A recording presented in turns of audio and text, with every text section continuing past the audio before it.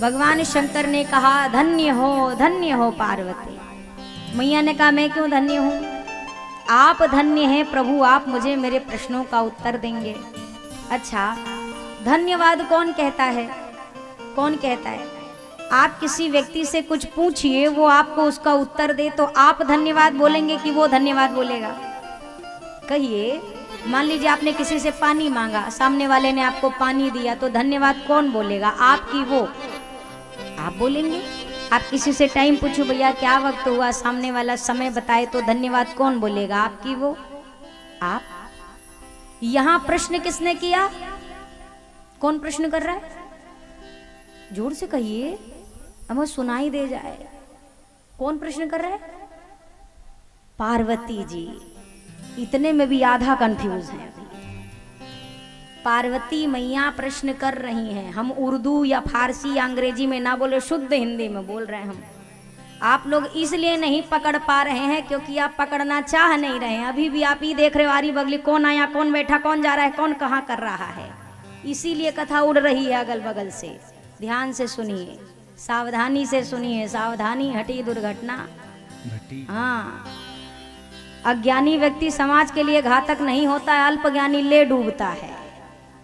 अल्पज्ञानी जो आधा होता है ना, उस सब को खत्म करता है। पहली बात, वो किसी की सीख लेगा नहीं क्योंकि उसको लगता है हमको सब आता है, और सही बात यह है उसको कुछ नहीं आता है, पर वो मानेगा नहीं। तो अगर पूरा नहीं प्राप्त हुआ तो आधा अधूरा तो बड़ा खतरनाक है, बड़ा खतरनाक है। मैया प्रश्न कर रही हैं और बाबा मैया को धन्यवाद दे रहे हैं। धन्य हो, धन्य हो। मैया ने कहा मैं क्यों धन्य हूं, आप धन्य हैं, आप मुझे मेरे प्रश्न का उत्तर देंगे। बाबा ने कहा आपने इतना अच्छा प्रश्न किया है, मैं उसके लिए धन्यवाद दे रहा हूं। आपके इस प्रश्न के कारण कथा जो सकल लोक हितकारी, सोई पूछन चाह शैल कुमारी, ये कथा पूरे संसार का कल्याण करेगी। भवानी, जब आपके इन प्रश्नों का मैं उत्तर दूंगा, श्री राम कथा का आरंभ करूंगा, तो ये कथा सिर्फ आप तक नहीं पहुंचेगी, आप ये कथा सुनेंगी, आपके माध्यम से संसार में ये कथा पहुंचेगी, और एक दिन पहुंचते पहुंचते ददरौड़ी के ग्राम में इस कथा का शुभारंभ होगा। इसलिए आप धन्य हैं, मैं आपको धन्यवाद देता हूं, आपने ऐसा प्रश्न किया। कोई व्यक्ति मिले ना भैया, जब आपको ऐसा लगे कि ये हमसे श्रेष्ठ है या हमको कुछ प्रदान कर सकता है, सम्माननीय है, पूजनीय है, कोई संत है, महात्मा है, गुरुजन है, तो मेरी हाथ जोड़ के एक प्रार्थना है, जब भी उनसे बात करिए ना तो भगवान से जुड़ी हुई कोई चर्चा करिए। अगर कोई संत मिल जाए तो आदमी कहता कब आप बाबा जी बने थे, आप कैसे संत बन गए, ये प्रपंच से आपको क्या लेना देना है? आप ये पूछो ना, आप जहां पहुंच गए वहां हम कैसे पहुंचेंगे? ये आपके काम की चीज है ना। वो कब बाबा जी बने थे, इससे आपको क्या मिलेगा? उन्होंने कब वैराग्य दीक्षा ली थी, इससे आपका क्या प्रयोजन है? कोई प्रयोजन है? कहिए कुछ हासिल होगा इससे? इस प्रपंच में मत रहिए। अगर आपको लगता है कि ये मुझे कुछ जीवन में ये श्रेष्ठ है, सम्माननीय है, कोई संत है, कोई गुरु, तो भैया उनसे ये पूछो भगवान की प्राप्ति के लिए कोई उपाय बताइए ना। भजन नहीं हो पा रहा है, भजन कैसे बनेगा? इसमें तो कुछ लाभ है, जो कहेगा उसका भी लाभ है, जो सुन रहा है उसका भी लाभ है ना। मैया क्या प्रश्न कर रही हैं? बाबा से ये नहीं पूछ रही हैं कि अब प्रभु आप क्या करेंगे, अब तो पुत्र का भी जन्म हो गया तो आगे क्या किया जाए। मैया ये प्रपंच में है क्या? मैया क्या प्रश्न कर रही हैं? राम जी की कथा सुनाइए, संसार का हो गया कार्य, अब राम कथा सुनाइए। तब बाबा कह रहे धन्य हो पार्वती, तुम धन्य हो। भगवान शंकर ने अब मंगलाचरण किया। एक चौपाई सब जानते हैं, सब बोलते हैं, सब गाते हैं, पर जानते हैं वो चौपाई कहाँ की है? वो यहीं की चौपाई है। ये भगवान शंकर का मंगलाचरण है जो पार्वती मैया के समक्ष कथा सुनाने के पूर्व बाबा ने गाई है। मंगल भवन अमंगल हारी, द्रवहु सुदशरथ अजिर बिहारी।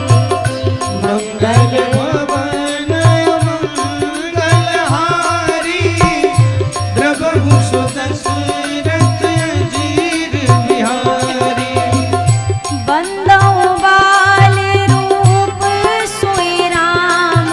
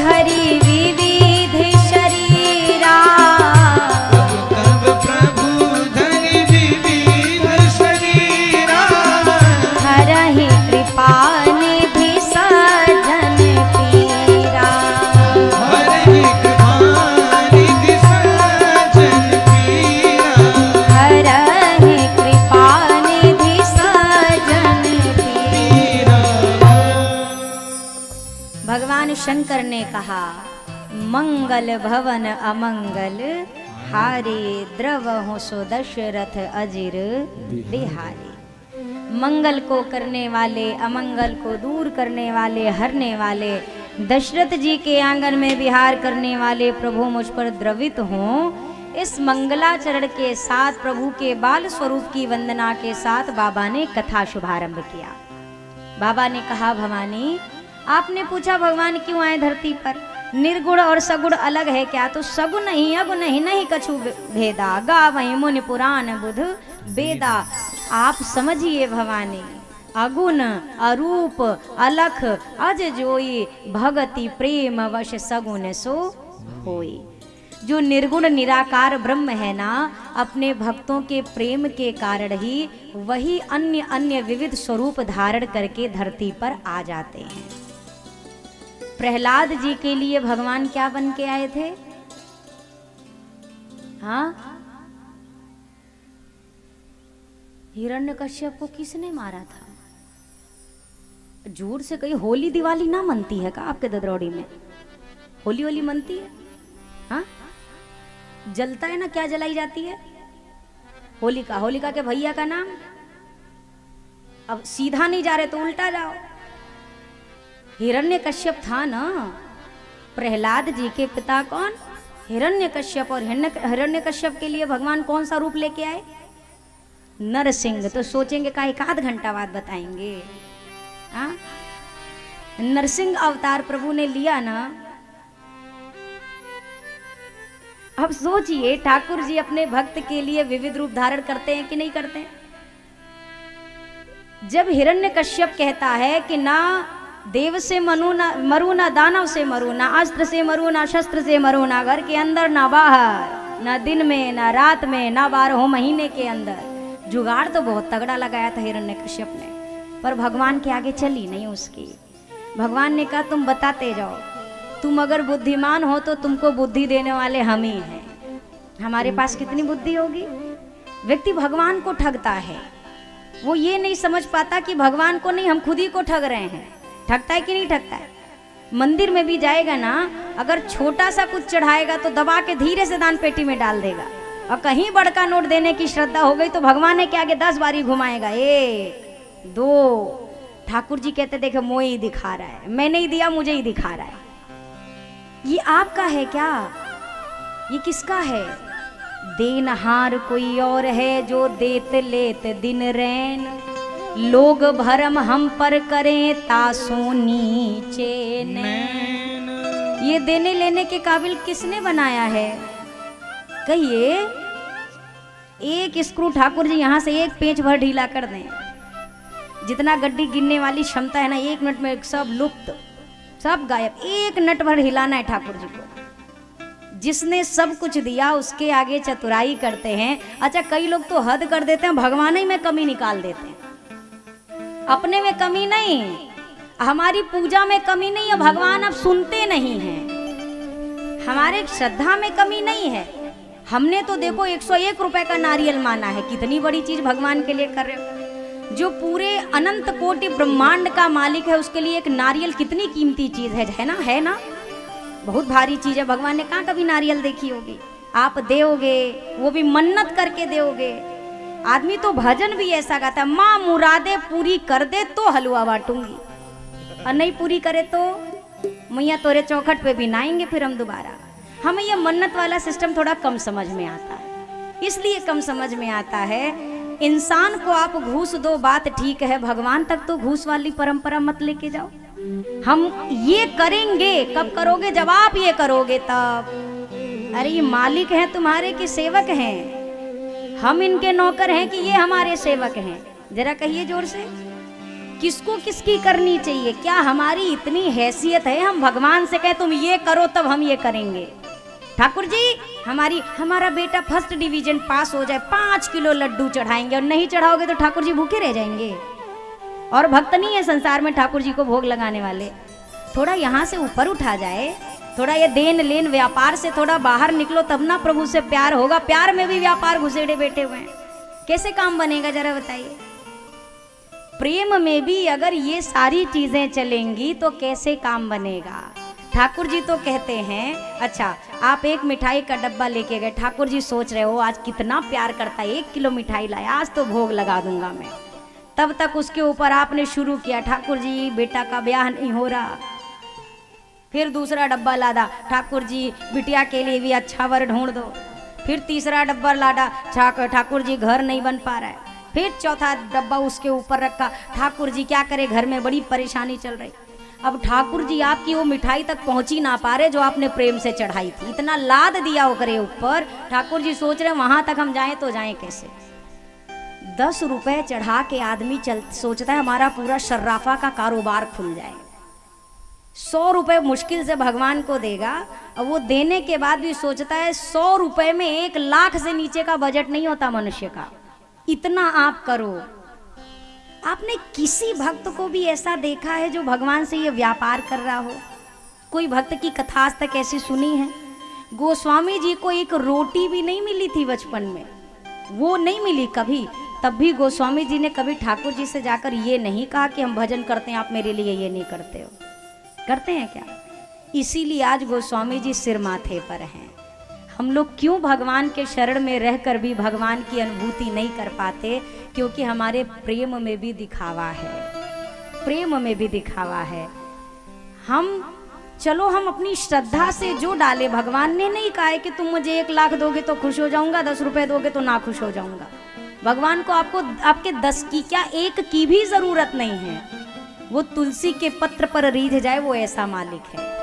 वो केवल प्रेम में तुम्हारे पीछे पीछे घूमने लगे, वो ऐसा परमात्मा है। उसके बाद भी हमने अपनी मानसिकता ऐसी बनाई है। गोस्वामी जी महाराज यहाँ दर्शन करा रहे कि बाबा ने कहा, पार्वती जब जब संसार में धर्म करने वालों की संख्या घटती है, अधर्म करने वालों की संख्या बढ़ती है, तब तब प्रभु धरी विविध शरीरा, तब तब भगवान विविध रूप धारण करके इस संसार में आते हैं और अपने भक्त के कष्टों को दूर करते हैं। राम तेरा नाम सारी दुनिया से न्यारा है, राम तेरा नाम सारी दुनिया से न्यारा है। गाइए गाइए, आप भी गाइए। राम तेरा नाम सारे,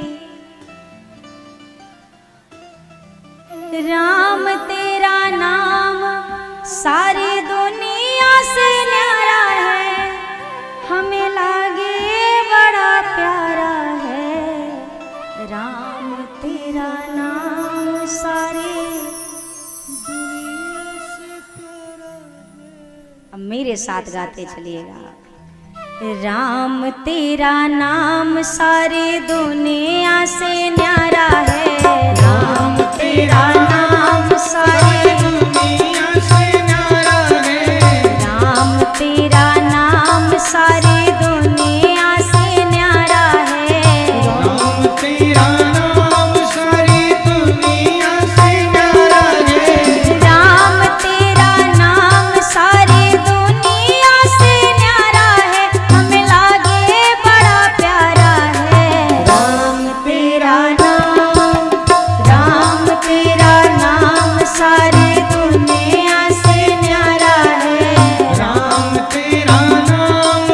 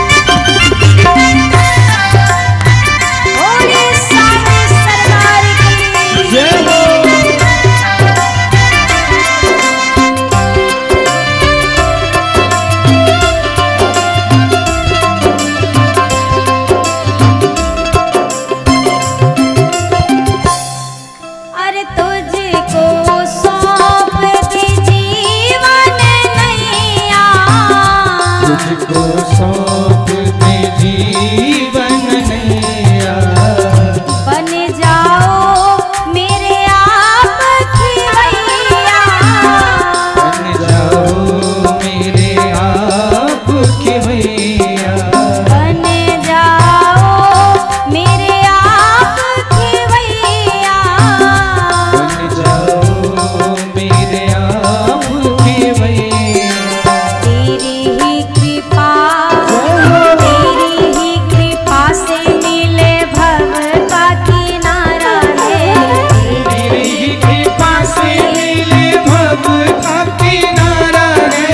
तेरी ही कृपा से मिले भव का किनारा है। हम लागे बड़ा प्यारा है राम तेरा नाम, राम तेरा नाम सारी दुनिया से न्यारा है।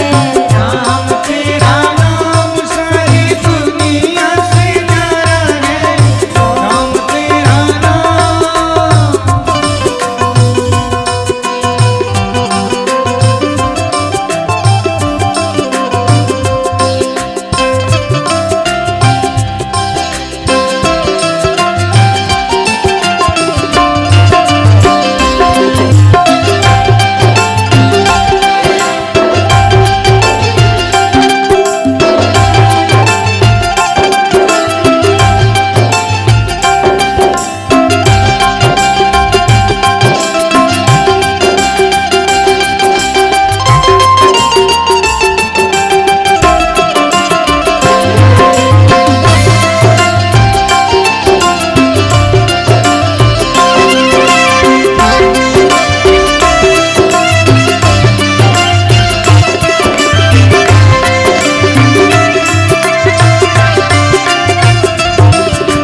जीवन के मेरे तुम रखवाले,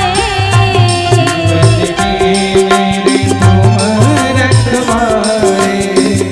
तेरा सब कुछ तेरे हवाले, तेरा सब कुछ तेरे हवाले। तेरा सब कुछ तेरे हवाले। तेरा सब कुछ तेरे हवाले। मुझको तो नाथ, मुझको तो नाथ अब तेरा ही सहारा है। मुझको तो नाथ बस तेरा ही सहारा है। मुझको तो नाथ अब तेरा ही सहारा है। हम लागे बड़ा प्यारा है राम तेरा नाम, राम तेरा नाम सारी दुनिया से न्यारा है।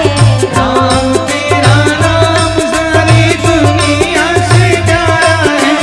राम तेरा नाम। राम तेरा नाम सारी दुनिया से न्यारा है। हम लागे बड़ा प्यारा है राम तेरा नाम, राम तेरा नाम सारी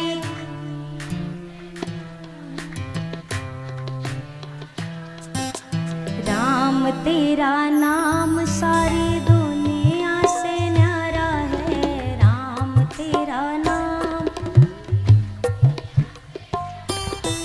भक्तों ने आज फिर तुमको पुकारा है। भक्तों ने आज फिर राम तेरा नाम सारी दुनिया से, राम तेरा नाम सारी। जरा दोनों हाथ ऊपर करिए और तालियों के साथ कहिए। अरे तेरी ही कृपा से मिले भव का किनारा है। तेरी ही कृपा से मिले भव का किनारा है। राम तेरा नाम सारी दुनिया से न्यारा है। राम तेरा नाम सारी दुनिया से न्यारा है। राम तेरा नाम सारी दुनिया से न्यारा है। हम लागे बड़ा प्यारा है राम तेरा नाम, राम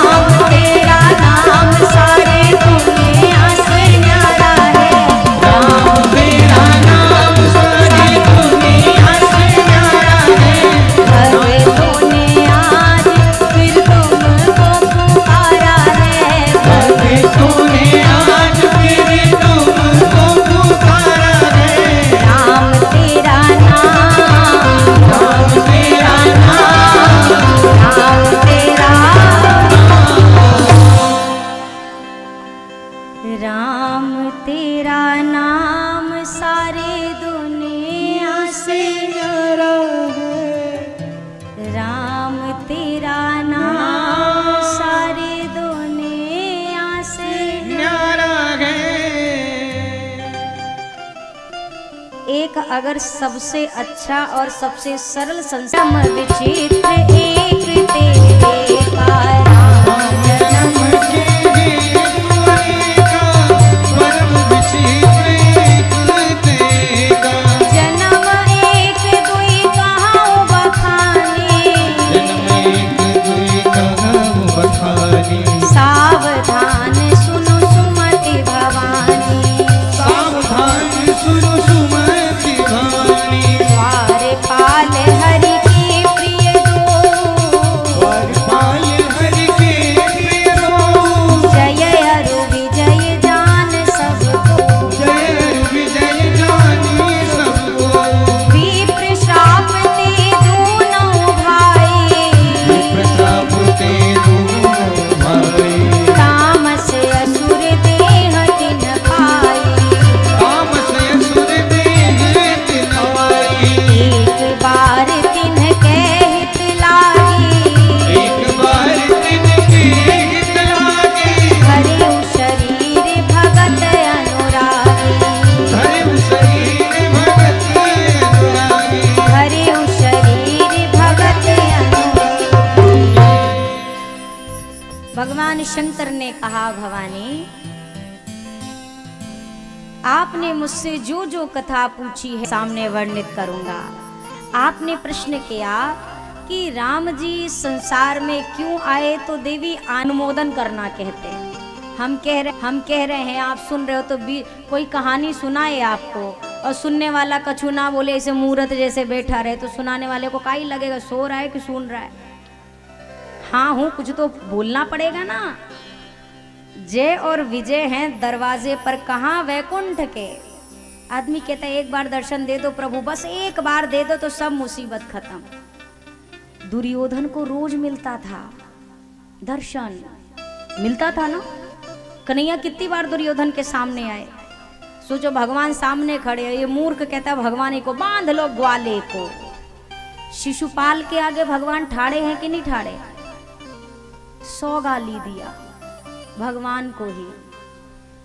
दर्शन मात्र से बात नहीं बनती कि सामने ये खड़े हो जाएं। अरे ये तो खड़े हो जाएं, क्या पता रोज होते भी हो, पहचान तो हो।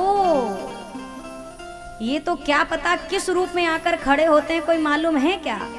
नहीं है। रोज क्या पता खड़े हो जाते हो किसी चींटी के रूप में, किसी स्वान के रूप में, किसी पक्षी के रूप में। हमारी आंखें ही नहीं पहचान पाती। दुर्योधन के सामने तो प्रभु साक्षात उसी वेश में है, उसी रूप में है जिस रूप में अर्जुन को दिखाई देते हैं। अर्जुन ने अपना सब कुछ सौंप दिया, सब कुछ सौंप दिया ना, और दुर्योधन वहीं पर सामने है। दुर्योधन को कभी ये भगवान नहीं लगे। भगवान की अनुभूति कब होती है? जब श्रद्धा और समर्पण होता है। बिना श्रद्धा और समर्पण के भगवान की अनुभूति होने वाली नहीं है। रोज मंदिर जाते हैं ना, मंदिर जाते हैं, फिर भी मंदिर में मूर्त ही दिखाई पड़ती है, भगवान की अनुभूति नहीं होती है, नहीं होती है। जब श्रद्धा और समर्पण हो तब भगवान की अनुभूति होती है। बिना श्रद्धा समर्पण के भगवान का अनुभव मिलने वाला। और सही कहूँ भैया, श्रद्धा समर्पण भीतर की वस्तु है। बाहरी दिखाने से कि हम कितने श्रद्धावान हैं, कितने भक्तिवान हैं, इससे काम चलने वाला। दुनिया को उल्लू बना सकते हैं, भगवान के सामने हमारी चालाकी चलने वाली नहीं है। जो भीतर है ना वो भी भगवान जानता है। और मनुष्य लाख छुपाने का यत्न करे, भीतर वाला मामला कभी न कभी उसके सामने आ ही जाता है। आपको एक घटना सुनाओ। एक बार 2 मित्र थे, तो एक मित्र जा रहा था अपनी ससुराल पहली बार। तब तक इसका ये मित्र आया। इसने कहा बड़े बंठन के जा रहे हो भाई साहब, कहाँ जा रहे हो? बोला हम तो अपनी ससुराल जा रहे हैं आज पहली बार। तब तक इसने कहा ओ देखो हम तुमसे मिलने आए थे और तुम ससुराल जा रहे हो, चलो जाओ। तो इसने कहा रे तुम भी हमारी ससुराल क्यों नहीं चलते? हमारे इतने खास दोस्त हो, तुम तो बेस्ट फ्रेंड हो हमारे, चलो तुम भी ससुराल। इसने कहा रे ऐसे कैसे, पहले बताते तो हम ढंग के कपड़े पहन के आते। अब दोस्त की ससुराल भी भाई मान सम्मान का तो होता है ना विषय। अब मैं ऐसे ही घर के कपड़ों में चले आया, मैं सोचा तुमसे ही तो मिलना है, क्या बनना ठन्ना, तो मैं तो नहीं आया तैयारी से। तो इस दोस्त ने कहा अरे क्या तुम्हारा क्या हमारा, जो मेरा है वही तुम्हारा है, मेरी शर्ट पहन लो, क्या जाता है, हम दोनों दोस्त नहीं भाई हैं भाई, मेरी शर्ट पहन लो तुम। अब इसने कहा सही बात है, दोस्त तो भाई ही होता है, पहन ली इसकी शर्ट। ससुराल पहुंचे, जब ससुराल पहुंचे तो गांव के बड़े बूढ़े मिलने आए थे, भाई जमाई राजा आए हमारे गांव के, पाहुन आए हैं, मिलने आए, तो हाल चाल लिया, और सर बढ़िया है जमाई जी, हाँ हाँ सब बढ़िया बाबूजी। ये कौन है, इनको पहचाना नहीं हमने। बोला ये हमारे खास दोस्त परम मित्र। अच्छा परम मित्र हैं, ओहो हो बहुत अच्छे। तब तक इन्होंने अरे ये तो आ ही नहीं रहे थे, कह रहे थे मैंने पुरानी शर्ट पहनी, कैसे आऊं कैसे आऊं। हमने कहा कि हमारी शर्ट पहन लो, तो जो पहने हमारी शर्ट है। अब तो इसकी भाई बुद्धि खराब भाई, इसने कहा कि ये हमारा इंट्रोडक्शन पूछ रहे थे कि कपड़े का, बता दिया। अब दोस्तों को किनारे ले गया, बेइज्जती कराने के लिए लाए हो, क्यों बताया कि मैंने तुम्हारी शर्ट पहनी है। बोला गलती हो गई, अब नहीं बताऊंगा। तब तक और 2-4 जन मिलने आ गए, और पहुना जी सब एकदम बढ़िया, सब बढ़िया। ये कौन है, अरे परम मित्र हमारे परम मित्र हैं। अच्छा परम मित्र हैं आपके, हाँ लेकिन ये जो शर्ट पहनी है ना ये इन्हीं की है। अब जब ये बताया कि इन्हीं की है तो गांव वालों को लगा इनकी होती तो बताना थोड़ी ना पड़ता, मतलब इनकी नहीं है। ये फिर किनारे लेके गया, बोला अब जा ही रहा हूं, हमें नहीं रहना तुम्हारे ससुराल में, अब हमको विदा दो, हम जा रहे, बहुत बेइज्जती हो गई हमारी। इसने फिर हाथ पांव जोड़े, अरे गलती हो गई भाई, दोस्त नहीं हो तुम, हमारे भाई नहीं हो, गलती हो गई है, गलती माफ नहीं कर सकते, अब नहीं बोलूंगा, पक्का प्रॉमिस। अच्छा ठीक है, अब मत बोलियो शर्ट के बारे में। बोला ठीक है। तब तक रात का समय हुआ, भोजन हुआ, तब तक और 2-4 जन इकट्ठे हुए, और सरकार बताओ जमाई राजा कब तक रुकना है। अरे बस अब कल ही सुबह निकल जाएंगे, और सब घर में कुशल, एकदम सब कुशल मंगल। ये कौन है, परम मित्र हमारे। अच्छा आपके गांव के, हाँ एकदम हमारे गांव के बगल हैं, हमारे परम मित्र हैं, बचपन के दोस्त हैं। देखो बाबूजी सब बोलूंगा, पर इनके शर्ट के बारे में मैं कुछ नहीं बोलूंगा। जो भीतर रहता है वो बाहर ना चाह के भी निकल आता है। सूर्पनखा जब राम जी के पास गई तो बहुत बढ़िया डेकोरेशन करके गई थी, इतनी सुंदर बन के गई थी कि लक्ष्मण जी ने भी ये नहीं कहा कि राक्षसी, बोले सुंदर ही सुन मैं उनकर दासा। सुंदर बन के गई थी भाई, लेकिन सुंदरता ज्यादा देर तक टिकी नहीं। भीतर वाली चीज बाहर निकल आती है। अभिमानी व्यक्ति अपना अभिमान नहीं छुपा पाता, क्रोधी व्यक्ति अपना क्रोध नहीं छुपा पाता, उसी प्रकार प्रेमी व्यक्ति कभी अपना प्रेम नहीं छुपा पाता। ज्ञान घटे कोई मूढ़ की संगत, ध्यान घटे बिन धीरज लाए। यहाँ पर जय और विजय वैकुंठ के दरवाजे पर खड़े हैं, फिर भी अभिमान की चिड़िया इनके सिर पे बैठ गई उतना ऊपर जाके। अब इनको अभिमान किस बात के, हम तो वैकुंठ के द्वारपाल हैं, जब तक हम ना चाहें कोई भगवान से भी नहीं मिल सकता, ये अभिमान है। सनकादिक मुनि आए, बोला दर्शन करने जाने तो, बोला अभी नहीं बाद में। संतों ने 3 बार कहा, इन्होंने तीनों बार रास्ता रोक दिया। संतों ने श्राप दिया, जाओ राक्षस बन जाओ। भगवान ने कहा अरे इनकी मुक्ति कैसे होगी।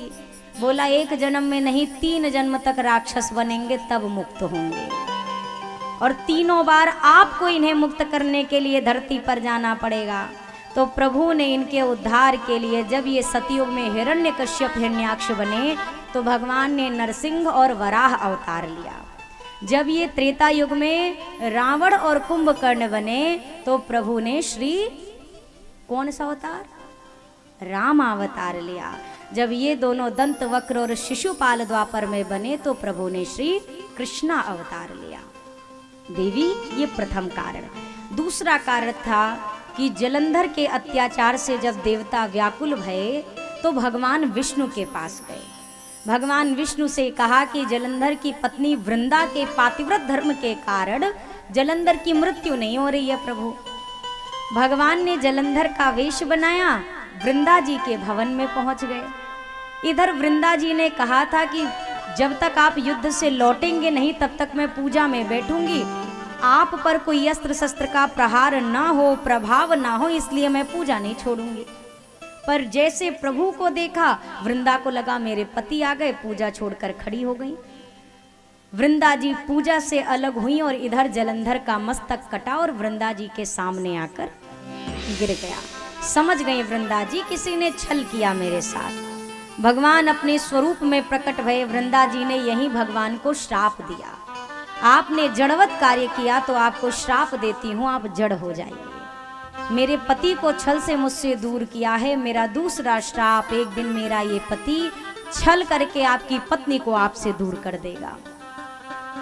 भगवान जड़वत स्वरूप में हो जाएंगे तो सृष्टि कैसे चलेगी? ये बात जब देवताओं ने, मैया लक्ष्मी ने वृंदा जी से कही तो वृंदा जी ने भगवान को पूर्व रूप प्रदान किया, किंतु स्वयं को वृंदा जी ने जलाकर भस्म कर दिया। वृंदा जी के शरीर की भस्म से ही तुलसी मैया का बिरवा प्रकट हुआ।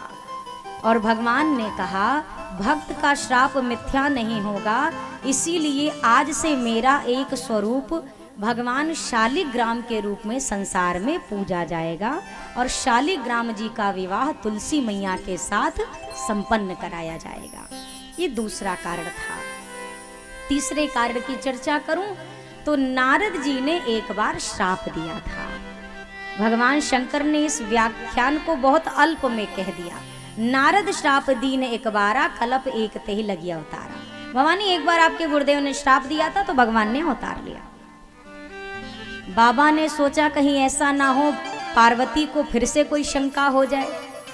तब तक मैया ने कहा नहीं नहीं नहीं नहीं, पूरी कथा सुनाइए, मेरे गुरुदेव ने क्यों श्राप दिया, कारण कवन श्राप मुनि दीन्हा, का अपराध रमापति कीन्हा। गुरुजी बनाना सरल है, चेला जी बनना बहुत मुश्किल होता है। किसी से भी हम प्रभावित होकर गुरु तो बना लेते हैं पर शिष्य नहीं बन पाते हैं कभी कभी जीवन भर। गुरु के वर्ण का तात्पर्य है कि गुरु के वचनों पर विश्वास हो।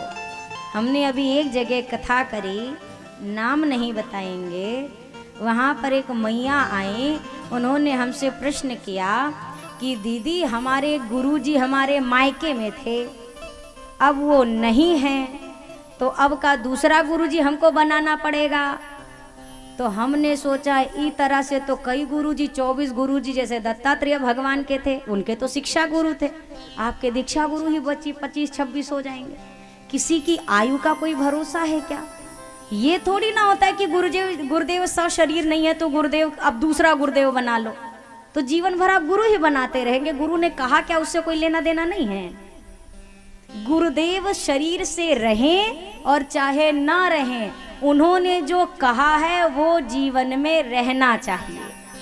अगर वो नहीं है तो गुरुदेव शरीर से भी उपस्थित हो या ना हो, उससे हमारे जीवन में अगर बदलाव नहीं है तो फिर हमने शरण तो ले ली पर उसका लाभ नहीं उठा पाए। गुरुदेव के वचन महत्वपूर्ण होते हैं। मैया ने कहा गुरुदेव ने क्यों श्राप दिया, पक्का भगवान ने कोई लीला करी होगी। मैया को ये नहीं लग रहा नारद जी की भूल हो सकती है। क्या कह रही है, भगवान ने क्या किया जल्दी बताइए। बाबा कथा सुना रहे हैं। पार्वती हिमगिरि गुहा एक अति पावन, बह समीप सुर सरी सुहावनी। हिमगिरि गुहा एक अति पावन, बह समीप सुर सरी सुहावनी। सुमिरत हरि श्राप गति बाधी, सहज विमल मन लागी समाधि। सुमिरत हरि श्राप गति बाधी, सहज विमल मन लागी समाधि। सीम की चापी सकई को तासु, बड़ रखवारी रमापति जासु। सीम को चाप सकई को तासु, बड़ रखवारी रमापति जासु। बड़ रखवारी रमापति जासु।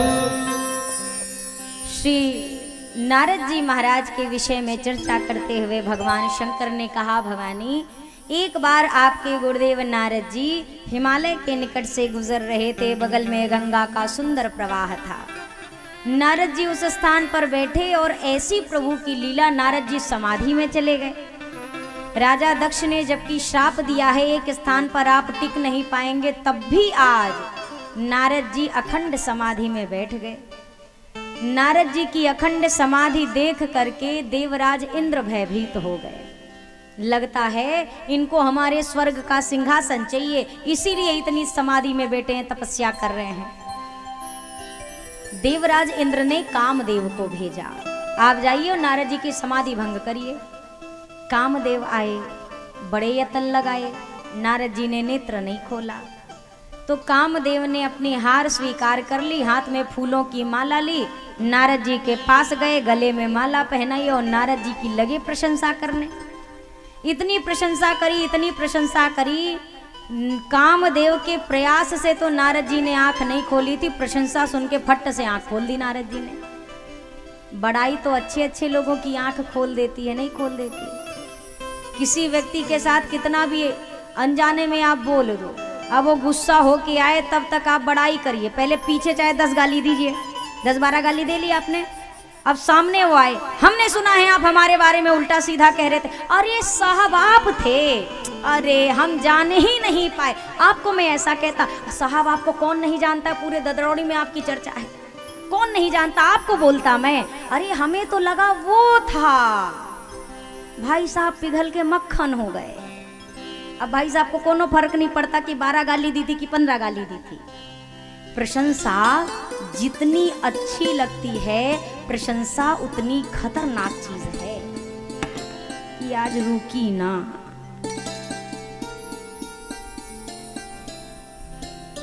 बहुत अधिक प्रशंसा से मनुष्य के अंदर अभिमान आता है। क्या आता है? जोर से कहिए, अभिमान। ज्यादा बड़ाई मिल जाए तो आदमी को ऐसा लगता है कि हमरे जैसा तो अब कोई है ही नहीं है, कोई नहीं है। स्वाभिमान कभी खोना नहीं चाहिए और अभिमान कभी होना नहीं चाहिए। आज के समय पे उल्टा है, स्वाभिमान चला जाए, अभिमान नहीं जाना चाहिए हमारा। अभिमान तो रावण का भी नहीं रहा तो हमार तुम्हार का रहेगी क्या? अभिमान तो कंस का भी नहीं रहा, अभिमान तो कौरवों का भी नहीं रहा। अहंकार में 3 गए, धन वैभव और वंश। ना मानो तो देख लो, रावण कौरव कंस। सब खो दिया इन्होंने अभिमान में। अभिमानी व्यक्ति के पास राम नहीं आते। जहाँ अभिमान हो वहाँ राम नहीं आता, जहाँ राम हो वहाँ अभिमान नहीं आता। प्रशंसा से अभिमान हो जाता है। कोई ज्यादा बड़ाई करे तो आपको क्या करना चाहिए? अब कान तो बंद नहीं कर सकते, नहीं कर सकते ना। कोई तारीफ करे तो अब ऐसे थोड़ी ना कर लोगे, नहीं नहीं हम नहीं सुनेंगे, नहीं सुनेंगे। सब सुनिए, सब सुनिए, सुनना बंद मत करिए, पर अपने आप से कहिए मैं नहीं, कुछ नहीं, हमारा नहीं है सरकार, मेरा आपकी कृपा से ये सब काम हो रहा है। यही बोलना है, तभी बच पाएंगे, नहीं तो कोई नहीं बच पाएगा।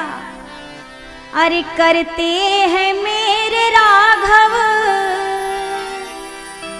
मेरा नाम हो रहा है, मेरा आपकी कृपा से सब काम हो रहा है।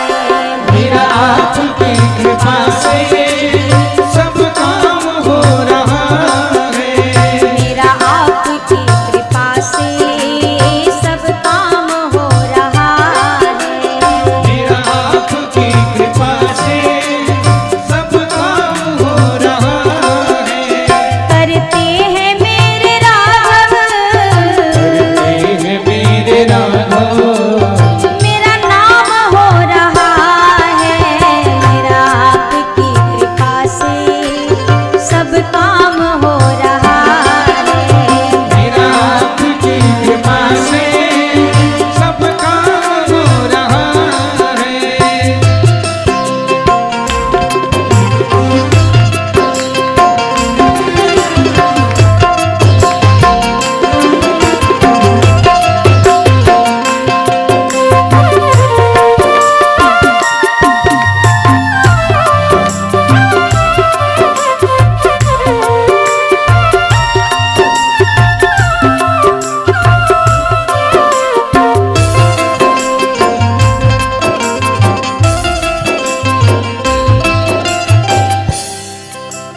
पतवार के बिना ही मेरी नाव चल रही है।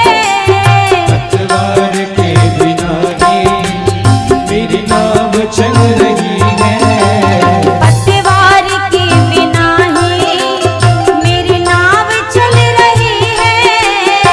पतवार के बिना ही मेरी नाव चल रही है। हैरान है जमाना मंजिल भी मिल रही है। हैरान है जमाना मंजिल ही मिल रही है।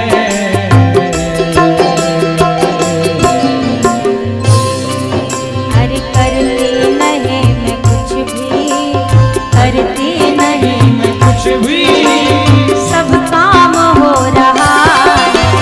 करती नहीं मैं कुछ भी सब काम हो रहा है। करते हैं मेरे राघव, करते हैं मेरे राघव मेरा नाम हो रहा है। मेरा आपकी कृपा से सब काम हो रहा है। मेरा आपकी कृपा से सब काम हो रहा है।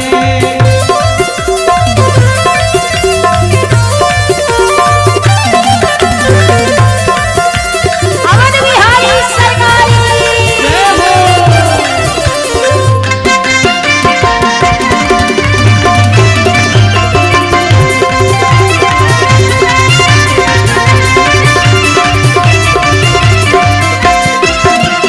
तुम साथ हो जो मेरे, किस बात की कमी है। तुम साथ हो जो मेरे किस बात की कमी है। तेरे सिवा किसी की परवाह भी नहीं है। तेरे सिवा किसी की परवाह भी नहीं है। तेरी दया से राघव, तेरी दया से राघव ये कमाल हो रहा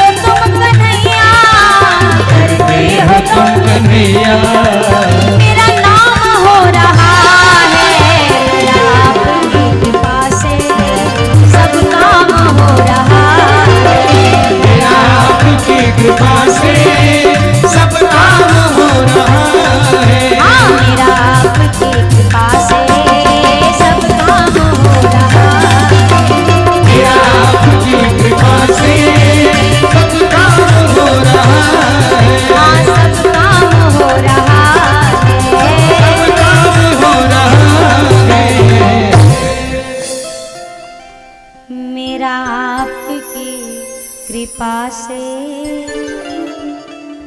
सब काम हो।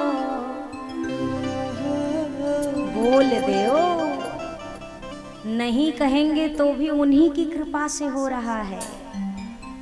मान लेने में समझदारी है, एहसान फरामोशी करना अच्छी बात नहीं होती। एक व्यक्ति ट्रेन में सफर कर रहा, सीट बुक करी है, रिजर्वेशन पक्का है, सीट मिल गई, सीट पे बैठ गया, पर सामान अपनी खोपड़ी पे लादे हुए था। सीट पे खुद बैठा है, सामान खोपड़ी पे।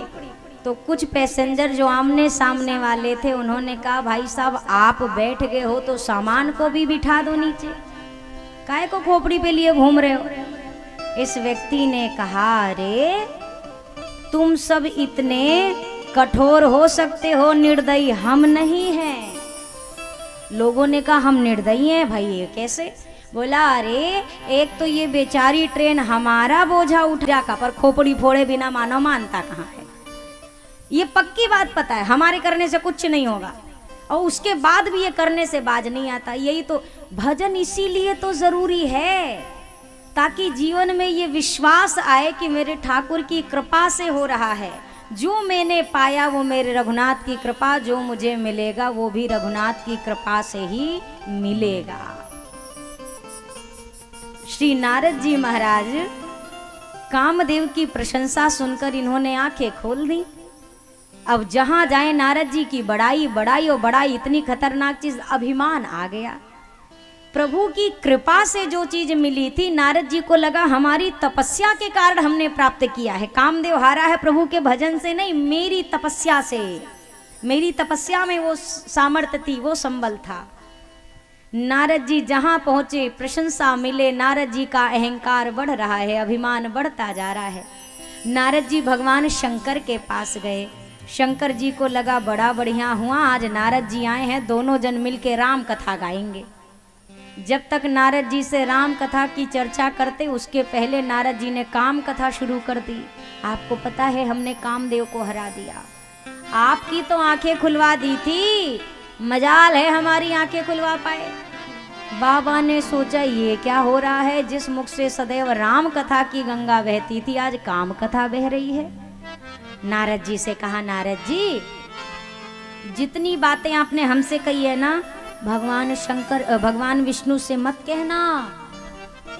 नारद जी को ये अच्छी गूढ़ बात भी अच्छी नहीं लग रही। जब आते हैं अच्छे दिन तब अच्छी बात सुहाती, नाही तो समझाने पर भी नहीं समझ में आती। हमने कल ही कहा था, भैया किसी आदमी को एक बार समझाओ, 2 बार समझाओ, ज्यादा से ज्यादा 3 बार समझा दो। 3 के बाद आप मत समझाओ, खुद समझ जाओ कि ये समझने वाला नहीं है। लाख समझने वाला व्यक्ति, देखो 3 तरह के समझने वाले होते हैं। एक होता है जो समझाने पे समझ जाए, दूसरा होता है जो देख के समझ जाए, और तीसरा होता है जब तक ठोकर ना खाए तब तक इसको समझ में आने वाली। तो छोड़ दीजिए राम भरोसे, राम भरोसे छोड़ दीजिए। बाबा ने समझाया, नारद जी को वो बात अच्छी नहीं लगी। बाबा ने कहा था मत जाइयो भगवान विष्णु को बताने। नारद जी ने सोचा ऐसे कैसे नहीं जाएंगे। मन की यही गति है। आप अपने मन से कह दो, एक दिन कह के देखो, आज तुमको हम चाय नहीं देंगे, अपने मन से कहिए, आज तुमको चाय नहीं मिलेगी। अब आपका मन अगर आपको 1 मिनट कथा में सुकून ले लेने दे तो कहना, रह रह के चाय याद आएगी, रह रह के।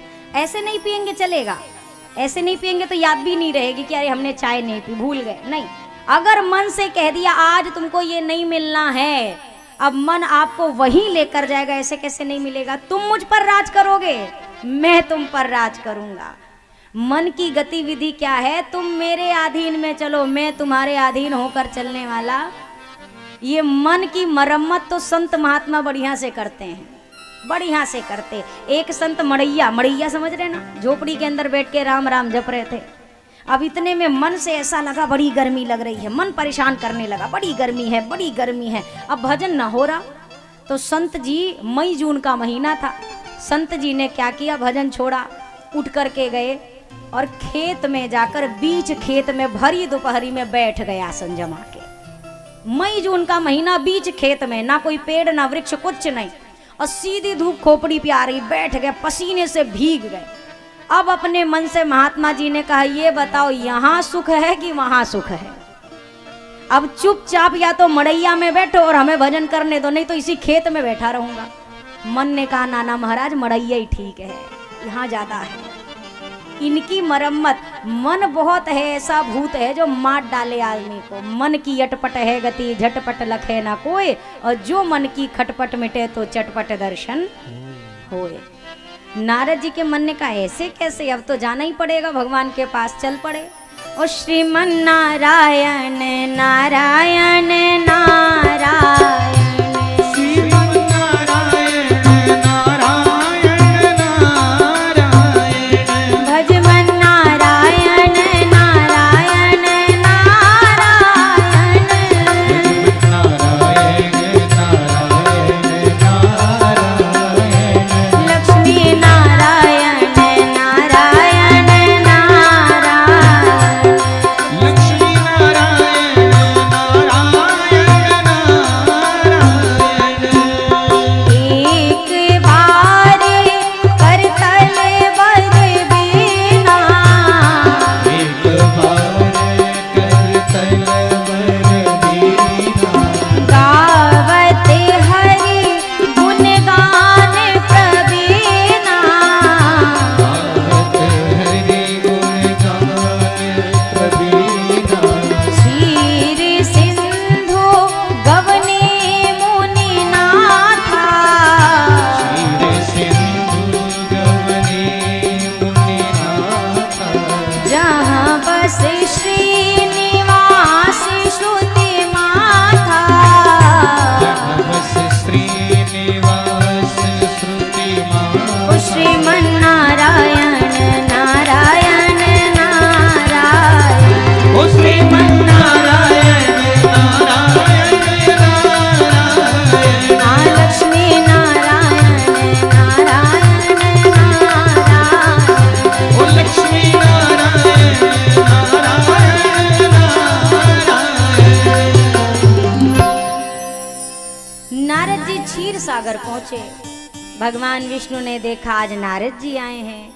नारद जी को देखते ही प्रभु इतने भाव में आए, आसन से खड़े हुए, नारद जी को कंठ से लगाया, आसन पर विराजमान किया। अब नारद जी से वार्ता करने लगे। नारद जी बड़े दिन पे आए। नारद जी सोच रहे हैं, आज तक तो भगवान ने कभी हमको ऐसे आगे बढ़ के गले से नहीं लगाया, आज कैसे गले लगा लिया? ओ, खबर पहुंच गई भगवान तक। हमारे आने से पहले खबर आ गई कि हम नारद पहले वाले नहीं, काम विजेता नारद हैं हम। अब नारद जी प्रभु के वात्सल्य को नहीं समझ रहे। नारद जी को लग रहा है मैं जो काम विजय करके आया हूं ना, भगवान इसलिए मेरी प्रशंसा कर रहे हैं। भक्त को और भगवान को हमारी समृद्धि या प्रतिष्ठा से कोई लेना देना नहीं होता है। दुनिया हमारी प्रतिष्ठा देखकर रीझती है। सही बात है कि नहीं है? हम अगर धन से संपन्न हैं तो हमको दोस्त ढूंढने जाने की जरूरत नहीं है, दोस्त अपने आप मिलेंगे। ठाकुर जी सुग्रीव से मित्रता स्वीकार करते हैं, पर अधर्म के मार्ग पर चलने वाले बाली से दोस्ती नहीं करते। करते हैं क्या? ठाकुर जी प्रतिष्ठा से नहीं रीझते हैं। अगर प्रतिष्ठा से ठाकुर जी रीझते तो दुर्योधन का मेवा खाते, विदुर जी की साग नहीं खाते। ठाकुर जी ने नारद जी पर अपना वात्सल्य लुटाया था कि बड़े दिन बाद भक्त मिले, पर नारद जी को लग रहा हम काम विजेता हो गए, इसलिए भगवान भी हमसे प्रसन्न हो रहे हैं। नारद जी ने ज्यों पूरी कथा सुनाई, ठाकुर जी समझ गए भक्त के हृदय में अभिमान का बीज। नारद जी को तो विदा कर दिया। ठाकुर जी मुस्कुरा रहे। मैया लक्ष्मी ने कहा अब क्या करेंगे, भक्त को अभिमान हो गया है। ठाकुर जी ने कहा अब अभिमान की बीमारी हुई है तो बीमारी के इलाज के लिए अस्पताल बनाना पड़ेगा। तुरंत बना है, तत्काल तैयार किया गया। कैसा अस्पताल है? तो बिरचे उमग महो नगर जेही सतजो जन विस्तार, श्रीनिवासपुर ते अधिक रचना विविध प्रकार। 100 योजन की विस्तार वाली एक नगरी का निर्माण किया। माया का राजा है, नाम है शीलनिधि, माया की राजकुमारी है, नाम है विश्वमोहिनी। नारद जी विचरण करते जा रहे थे, सोचा ये नगरी कब बनी, हमने तो नहीं देखी। फिर लगाओ हम तो सब तपस्या में थे ना, तभी कोई राजा ने बनवाई होगी। नारद जी आए, शीलनिधि ने स्वागत किया। शीलनिधि ने अपनी बिटिया विश्वमोहिनी को बुलाया। महाराज, ये मेरी कन्या है विश्वमोहिनी, इसका स्वयंवर होना है, जरा भाग्य देखकर बताइए ना इसको कैसा पति मिलेगा। नारद जी ने अब हस्तरेखा देखनी शुरू करी। विश्वमोहिनी को देखते ही नारद जी ऐसे मोहित हो गए कि विश्वमोहिनी के मुख से नारद जी के नेत्र नहीं हट रहे। शीलनिधि ने कहा, बाबा हाथ तो देख के बताओ क्या लिखा है। अब नारद जी ने पढ़ा, कछुक बनाए भूप सन भाखे। राजन, जो अनंत कोटि का ब्रह्मांड मालिक, हाथ में जो लिखा है, जो अनंत कोटि का ब्रह्मांड मालिक है, अखिल भुवनपति है, अजर है, अमर है, अजेय है, ऐसे पति से इसका विवाह होगा। पर नारद जी ने क्या पढ़ा? नारद जी ने कहा, महाराज जिससे इसका विवाह हो जाएगा वो अजर अमर अजेय बन जाएगा। अब नारद जी महाराज फटाक से वहां से विदा मांग रहे। शीलनिधि ने कहा, अरे स्वयंवर में महाराज आशीर्वाद दे के जाना। नारद जी के मन में अब देने की नहीं, आशीर्वाद लेने की कामना है। कितना बढ़िया हो अगर मैं इससे विवाह कर लूं तो। अब नारद जी फटाक से बाहर आए। नारद जी ने अभी सोचा क्या करूं, जप तप कछु न होई एहि काला, हा विधि मिलई कवन विधि बाला।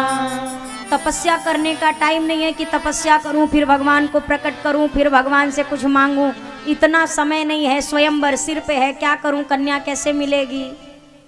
तब तक नारद जी को याद आया, मोरे हित हरि सम नहीं कोई, भगवान के समान मेरा दूजा कोई हितैषी नहीं है। नारद जी ने सोचा इस समय वही मेरी सहायता करेंगे, भगवान को याद करना शुरू किया। ठाकुर जी प्रकट हो गए। ठाकुर जी ने कहा, ये नारद जी कैसे याद किया? नारद जी ने कहा, बहुत जरूरी काम था प्रभु। ठाकुर जी ने कहा, अभी ये तो काम को हरा के आए हो, इतनी जल्दी काम आ भी गया, क्या काम है? अब नारद जी, अब सोचिए, भगवान से सीधा सीधा कैसे कहते मुझे ब्याह करना है। अब नारद जी सोच रहे सीधा कैसे बोलूं कि ब्याह करने की इच्छा है। नारद जी थोड़ा घुमा के, थोड़ा फिरा के, थोड़ा इधर से थोड़ा उधर से धीरे से कहते, प्रभु आप सबके गृहस्थी के सुख को देखते हुए मैंने निर्णय लिया है कि मैं भी गृहस्थाश्रम में प्रवेश कर ही लूं। ठाकुर जी ने कहा, अति उत्तम विचार है, तो कन्या ढूंढनी है। नारद जी ने कहा, ना ना कन्या हमने ढूंढ ली है। ढूंढ भी ली इतनी जल्दी? कौन है? नारद जी ने कहा, विश्वमोहिनी। नारद जी से ठाकुर जी ने कहा, वाह नारद जी कितने भाग्यशाली, आपको विश्वमोहिनी मिल रही है कन्या। वाह, तो हमसे क्या चाहिए, हमको काहे को बुलाया? अरे आप नहीं भी बुलाते तो हम आपके ब्याह में आ जाते। नारद जी ने कहा, ना ना ब्याह में बुलाने के लिए ना बुलाया है, उधार मांगने के लिए बुलाया है। अब विवाह है, विवाह में तो उधार लेना पड़ता है ना। ठाकुर जी ने कहा, बात तो सही है, शादी ब्याह में तो उधारी की लेन देन चलती है, क्या चाहिए आपको हमसे? नारद जी ने कहा, प्रभु सिर्फ 1 घंटा के लिए, ज्यादा नहीं, 1 घंटा बस। ठाकुर जी ने कहा, चाहिए क्या? बोला, सरकार वो विश्वमोहिनी हैं, आप विश्वमोहन हैं, एक काम करो, आपन रूप देहु प्रभु मोहि। ये अपना प्रभु जो आपका रूप है ना, आपका जो चेहरा है, ये उधार में दे दो 1 घंटा के लिए। दाग धब्बा कुछ ना लगाएंगे, जैसे लेंगे वैसे वापस कर देंगे। ठाकुर जी ने कहा, वारे नारद जी, रूप हमारा ब्याह तुम्हारा, ऐसा भी कोई एक इंसाफ होते देखा है क्या? जिसका चेहरा होता है ब्याह भी उसी का होता है। अब चेहरा हमारा रहे, ब्याह आपका रहे, ये कैसे मुमकिन है? अब नारद जी कह रहे, दे दो प्रभु, दे दो प्रभु, अपना रूप दे दो प्रभु। ठाकुर जी सोच रहे हैं, भगत मांग रहा है, मना कर नहीं सकता, मना करूं तो ये अच्छी बात नहीं, दे दूं तो नारद जी का जीवन पूरा मिट जाएगा, अब क्या करूं? ठाकुर जी सोच रहे थे, तब तक नारद जी ने कहा, जेहि विधिनाथ होई हित मोरा, करहु सो बेगी दास में तोरा। जब भी कभी आपको लगे कोई ऐसा विषय है, कोई ऐसा प्रश्न है, कोई ऐसी समस्या है जिसका समाधान आपको नहीं मिल रहा है, कोई रास्ता नहीं सूझ रहा है, तो भगवान के सामने जाकर यही चौपाई बोलिए, नित्य बोलिए, जेहि विधिनाथ होई हित मोरा, करहु सो बेगी दास में तोरा। मुझे मेरा अच्छा भला नहीं पता, क्या मेरे लिए सही क्या मेरे लिए गलत मैं नहीं जानता, पर आप जानते हो। आपको जिसमें मेरा हित लगे वही कार्य करना, आपको मेरा भला अनभल सब कुछ पता है। नारद जी ने जो एक वाक्य कहा ना, नारद जी का पूरा जीवन बच गया इस एक वाक्य से। ठाकुर जी ने कहा, जे विधि होई ही परम हित नारद सुनहु तुम्हार, जिसमें आपका परम हित होगा देवर्षि, अब मैं वो करूंगा। नारद जी का परम हित ठाकुर जी को क्या किसमें नजर आ रहा है? सुंदर बनाने में नहीं, बंदर बनाने में। नारद जी को ठाकुर जी ने वानर की आकृति दे दी, वानर का मुख दे दिया। दो शिवगढ़ भी पीछे पीछे लगे हैं कि नारद जी क्या कर रहे हैं, जरा देखें। नारद जी पहुंचे स्वयंवर में, जाकर के पहली वाली कुर्सी पकड़ी। नारद जी ने सोचा यहीं से कन्या निकलेगी, हमसे सुंदर तो कोई है ही नहीं है, यहाँ से निकले माला डाले स्वयंवर खत्म, काहे को टाइम पास करना, क्यों समय बर्बाद करना, मुझसे सुंदर है कौन जिसको वो माला पहनाएगी। अब नारद जी के ठीक पीछे दो शिवगढ़ बैठे हैं, ये अलग प्रशंसा किए जा रहे हैं, वाह वाह क्या सुंदर है, इतना सुंदर। दूसरे शिवगढ़ ने कहा, कौन बोला? अरे पहली कुर्सी वाला राजकुमार, कितना सुंदर है देखो। नारद जी को और लगा कि वाकई में हम विष्णु भगवान जितना ही सुंदर लग रहे हैं। विश्व मोहिनी आई, विश्व मोहिनी को सुंदर उंदर ना नजर आया। मरकट बदन भयंकर दे ही, देखत हृदय क्रोध बाते ही, मारने काटने वाला बानर नजर आया। नारद जी को छोड़ा, पूरी लाइन छोड़ दी, अगली लाइन में चली गई। अब नारद जी को लगा देख नहीं पाई, जा रहे दूसरी कुर्सी पे बैठेंगे, शायद देख नहीं पाई तभी तो माला नहीं डाली, नहीं तो मेरे से सुंदर कौन है, माला नहीं डालती क्या। इतने में क्या हुआ, ठाकुर जी नृप के वेश में, राजकुमार के वेश में ठाकुर जी आए। माया ने अपने मायापति के गले में वरमाला डाली और दुल्हन ले गए लक्ष्य निवासा। ठाकुर जी अपनी माया लेकर चले गए। अब नारद जी अभी सोच रहे थे कहाँ बैठे कि विश्व मोहिनी डायरेक्ट हमको देख ले और माला डाल दे। शिवगढ़ों ने कहा, महाराज अब कुर्सी बदलने से कुछ होने वाला नहीं है। नारद जी ने कहा, क्यों? बोला ब्याह हो गया। नारद जी ने कहा, ब्याह हो गया? किसने माला पहनी? बोला जिसको पहननी थी पहन लिया, गया। नारद जी ने कहा, इसने सुंदर चेहरे पे माला नहीं मिली हमको। शिवगढ़ों ने कहा, यही सुंदरता के कारण है माला नहीं मिली, एक बार जरा मुख देख के आओ ना अपना। और देखो भाई, हमको जहाँ तक लगता है हम खुद से शीशा चाहे 72 बार देख ले, हमको कोई कमी नहीं। अगर कोई और आदमी एक बार हमसे कह दे जरा शीशे में मुंह देख लो अपना, कैसा लगेगा? अपमान महसूस होगा कि नहीं? नारद जी को लगा संतों का उपहास करते हो जाओ, राक्षस बन जाओ। अब नारद जी चले जा रहे। अच्छा, नारद जी को अभी तक पता नहीं है कि ब्याह किसने किया है। नारद जी चले जा रहे। अब इतने में क्रोध तो है किस बात का कि भगवान ने मुझे वानर की आकृति दी, इस बात का क्रोध है। ये नहीं पता कि ब्याह भी उन्हीं ने किया है। तो नारद जी चले जा रहे इस क्रोध में भर के कि अरे नहीं देना था मुझे, रूप नहीं देता, मेरी जगत हसाई क्यों कराई, आज विष्णु को छोड़ूंगा नहीं, दही हूँ श्राप की मरी हो जाए, जगत मोर उपहास कराई। इतने में नारद जी जा रहे थे। भगवान ने सोचा ऐसा ना हो कि क्षीर सागर आते आते तक इनका गुस्सा ठंडा पड़ जाए, तो हम ही आगे आगे मिल जाए इनसे। इधर से नारद जी जा रहे थे, सामने से ठाकुर जी आ रहे थे। वाह रे ठाकुर जी, अभी अभी ब्याह किया विश्व मोहिनी से, उनको इधर बिठाया और लक्ष्मी मैया को भी इधर बिठा लिया। अब दोनों के बीच में खुद बैठ गए और इधर से ठाकुर जी जा रहे, उधर से नारद जी आ रहे। इतने में नारद जी नहीं देख रहे थे, क्रोध में भरे जा रहे थे। तो ठाकुर जी ने जोर से आवाज लगाई, ओ नारद जी, कहाँ ढूंढ रहे हैं, कुछ खो गया है क्या? अब नारद जी ने देखा दुल्हन भी इन्हीं के पास है। अब नारद जी ने कहा, कपटी हो, छलिया हो, तुमसे बड़ा कपटी मैंने आज तक नहीं देखा। समुद्र मंथन हुआ तो बेचारे भोले भाले शंकर जी को जहर पिला दिया, देवताओं असुरों में युद्ध करा दिया, लक्ष्मी स्वयं रख ली, मड़ियां स्वयं रख ली। बहुत बड़े छलिया हो पर आज नारद से पाला पड़ा है, छोड़ूंगा नहीं। गाली पे गाली दे रहे, गाली पे गाली। लक्ष्मी मैया ने कहा आप चुप कराएंगे कि हम चुप कराएं? ठाकुर जी ने कहा बोल मत दैयो चे देवी, चुप एकदम, बोलिएगा मत। मैया ने कहा अरे गाली दे रहे हैं प्रभु, आप कैसे सुन सकते हैं? ठाकुर जी ने कहा ब्याह के बाद तो गाली पड़ती ही पड़ती है।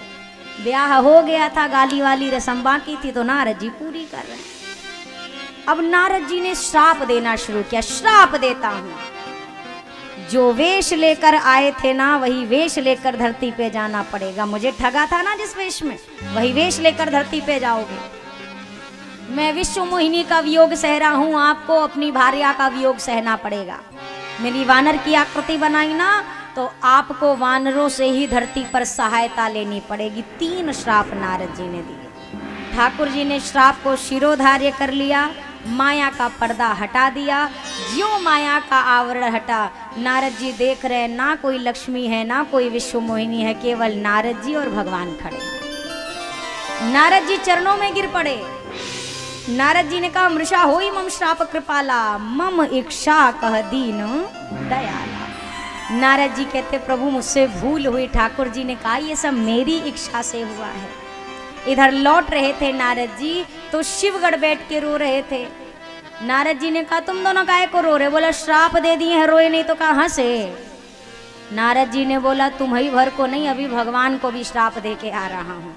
अब जाओ, भगवान का और तुम्हारा जो भी है दोनों आपस में जुड़ेंगे। श्राप जब भगवान धरती पे जाएंगे तभी तुम भी असुर योनि में जाओगी और तुम्हारा उद्धार भगवान के हाथों से हो जाएगा। देवी ये तीसरा कारण। चौथे कारण में चर्चा आती है मनु और शत्रुपा जी। अत्यंत कठिन साधना करी मनु शत्रुपा जी ने। तपस्या तो इतनी कठिन करी, बार बार ब्रह्मा जी आए, बार बार शंकर जी आए, मांगिए मांगिए मांगिए, पर इन दोनों ने नेत्र नहीं खोले। अंत में भगवान की आकाशवाणी हुई, मांगिए। क्या मांगते हैं? तब मनु जी ने कहा जो आवाज सुनाई दे रही है जरा उनके दर्शन कराइए। श्री सीताराम जी प्रकट भये, मनु जी से कहा सकुचि बिहाय मांगु नृप मोहि, मोरे नहीं अदेय कछु तोहि। मांग लीजिए क्या मांगते, मेरे लिए कुछ भी अदेय नहीं है। क्या चाहिए आपको? मनु जी ने भगवान को ज्यों देखा तो मनु जी का मन कह रहा है ये बड़े रूप में इतने सुंदर लग रहे, अगर ये छोटे से लल्ला बन जाए तो कितने प्यारे लगेंगे। अगर ये लल्ला बनकर मेरे घर में आ जाए, मैं इनका पिता बन जाऊं, ये मेरे बालक बन जाए, तब तो कितना आनंद आ जाएगा। पर मनु जी को संकोच हो रहा है। अरे आज तक कोई भगवान से भी कह पाया है क्या? जो जगत का पिता है उससे कैसे कह दूं कि बेटा बन जाओ? संकोच हो रहा है। तो ठाकुर जी ने स्वयं कह दिया सकुचि बिहाय मांग नृप मोहि। 2 अर्थ कर लो, या मुझे मांग लो या मुझसे मांग लो। तब तक मनु जी ने कहा दानी शिरोमणि कृपा निधि, नाथ कहूँ सती भाव, चाहूँ तुम ही आपको चाहता हूँ। ठाकुर जी ने कहा अच्छा मुझे? मनु जी ने कहा ना ना, मैंने ऐसा कब कहा। समान सुत प्रभु सन कवन दूरा, आपके जैसा बेटा चाहिए। ठाकुर जी ने कहा राजन आप सरिस खोजो कहाँ जाई, नृप तव तनय होब मैं आई। अपने जैसा बेटा ढूंढने कहाँ जाऊंगा? कोई है ही नहीं संसार में, भगवान के जैसा कोई दूसरा है क्या? भगवान जैसे तो भगवान ही है। तो ठाकुर जी ने कहा मैं स्वयं आपका पुत्र बनकर आऊंगा। सूर्यवंश की 61वीं पीढ़ी में श्री दशरथ जी महाराज के रूप में जब आप जाएंगे तो उस 61वीं पीढ़ी में मैं पदार्पण करूंगा। शत्रुपा जी को वरदान दिया। मनु जी ने एक वर और मांगा कि जिस प्रकार सर्प मणि के बिना व्याकुल हो जाता है, मछली जल के बिना प्राण दे देती है, उसी प्रकार मेरे जीवन में अगर आप ना रहो तो मेरे प्राण भी ना रहे। आगे प्रताप भानु को जब ब्राह्मणों ने श्राप दिया कुल सहित प्रताप भानु रावण कुंभकर्ण बन के धरती पर आया। धरती पर ज्यों अत्याचार अधर्म बढ़ना शुरू हुआ, धरती भार नहीं सह पा रही, धरती मैया ने गो का रूप लिया। गो माता का रूप धारण करके धरती देवताओं के पास गई। देवता सभी को लेकर ब्रह्मलोक गए। ब्रह्मा जी सबको लेकर के कैलाश पर्वत पहुंचे। कैलाश के दिव्य शिखर पर चर्चा आरंभ हुई, भगवान कहाँ मिलेंगे, कहाँ मिलेंगे। सारे देवता कह रहे भगवान कहाँ मिलेंगे, कोई कह रहा क्षीर सागर चलना पड़ेगा, कोई कह रहा है वैकुंठ चलना पड़ेगा। तब तक भगवान शंकर, मैंने प्रारंभ में जो वर्णन किया, यही के वो शब्द हैं, ते ही समाज गिरिजा में रहे हो, अवसर पाई वचन एक कहे हो। भगवान शंकर ने एक वाक्य कहा, देवताओं पहले ये तो सोच लो कि भगवान कहाँ नहीं है। आपके हिसाब से भगवान कहाँ मिलेगा? जोर से कहिए, अगर कोई आपसे पूछे भगवान कहाँ मिलेगा तो आप क्या जवाब देंगे? क्या जवाब देंगे? अगर कहेंगे भीतर मिलेगा तो कहेगा तोहरे भीतर है, हमरे भीतर तो मिल ही ना रहा है, फिर क्या करेंगे? अगर कोई प्रश्न करे भगवान कहाँ मिलेगा तो उससे कहना तुम जहां से चाहो वहां मिलेगा, जहां से चाहो। केवट ने नैया जी से चाहा था, नैया को माध्यम बना के मिल गए कि नहीं मिल गए? मिल गए ना। शबरी जी ने बेर का बहाना बना लिया, मिल गए कि नहीं मिल गए? सुदामा जी ने तंदुल का बहाना बना लिया, मिल गए कि नहीं मिल गए? विदुर जी ने साग का बहाना बना लिया, मिल गए कि नहीं मिल गए? जहां से पाना चाहो भगवान वहां से मिलता है। ये सब ऐसी है, ये सब कहने की बातें हैं कि वो यहाँ तक है या वहां तक है, असर उसका वहां तक है, नजर जिसकी जहां तक है। भगवान कोई ऐसी वस्तु नहीं जो सीमित है, उसको आप रोक नहीं सकते कि मंदिर में ही है या चार धाम में ही है या हमारे घर में ही है या अयोध्या में ही है। वो कण कण में व्याप्त है, हरि व्यापक सर्वत्र समाना, प्रेम ते प्रकट हो ही मैं। अब कुछ तार्किक व्यक्ति होते हैं, वो कहते हैं अगर कण कण में व्याप्त है तो दिखाई काहे नहीं देता है ना? बहुत मुसीबत है संसार में, काहे नहीं दिखाई देता है? अरे है समस्या की नहीं है, आपकी अपनी समस्या नहीं सुलझ पा रही, एहर लगी है, एहर लगी है। व्यक्ति कहता है भगवान है तो दिखाई क्यों नहीं देता है? अच्छा, आपसे अगर हम कहें हलवा बना के हमको खिला दीजिए, खिला देंगी? अरे पूछ रहे हैं, अगर मैं हलवा खाने की इच्छा जाहिर करूं मिलेगा? अच्छा धन्यवाद। मान लीजिए मेरी सूजी का हलवा खाने की इच्छा है, तो आप क्या क्या डालेंगे उसमें? मान लो घी डाला, घी नहीं है तो रिफाइंड डाला, तेल डाला, ठीक है। सूजी डाली, सूजी भी डाल दी, अब उसमें आपने पानी भी डाल दिया, चीनी भी डाल दिया, हलवा तैयार हो गया। अब एक बात बताइए, आप मेरे हाथ में कटोरा रखें, कहें दीदी ये हलवा तैयार है, खा लीजिए। मैं कहूँ किसकी बनी है, क्या क्या डाला? आप कहोगे सूजी डाली है, पानी डाली है, घी डाला है, चीनी डाली है। अब मैं कहूँ कि सब तो दिख रहा, चीनी ना दिखाई पड़ रहा। अब मैं कहूँ दिख ना रहा भैया, तो मानेंगे नहीं कि इसमें चीनी है। अगर कहूँ कि ना दिख ही नहीं रहा तो कैसे मान ले चीनी है, तो आपका क्या जवाब होगा? अरे खा के देखिए, खा के चीनी है, यही कहेंगे ना आप? आपको स्वाद पता चलेगा, मुख में तो रखो। हम भी तो वही कह रहे हैं, राम कण कण में व्याप्त है, एक बार मुख पे उसका नाम रख के तो देखो, तो स्वाद पता चल जाएगा, जरूर पता चलेगा। पहले रख के तो देखो। और अगर आप ये सिद्धांत कहो नहीं दिखाई नहीं देता, तो हम मानते नहीं। हमारा एक सटीक सा उत्तर है, जिसको देखकर यकीन होता है कि भगवान नहीं दिख रहा तो नहीं है। तो ये जितनी लाइटें जल रही हैं तार के माध्यम से जल रही हैं, करंट सब में जा रहा है पर दिखाई नहीं पड़ रहा, जाके पकड़ ले तार, मर जाओ। और कोई उपाय नहीं है इसका। जो भगवान को ना माने उसका दुनिया में रहने का कोई फायदा है का? अरे बोलिए, धरती पे बाहर काहे को बढ़ाना? जो भगवान का नहीं, जो राम का नहीं, वो किसी काम का नहीं है। तो भैया हजारों ग्रंथ कह रहे मेरी बात मत मानो, ग्रंथों की तो मानो, हमारी मत मानो, गोस्वामी जी की तो मानो, कि हरि व्यापक सर्वत्र समाना शंकर जी की तो बात मानोगे कि उनकी भी नहीं सुननी है?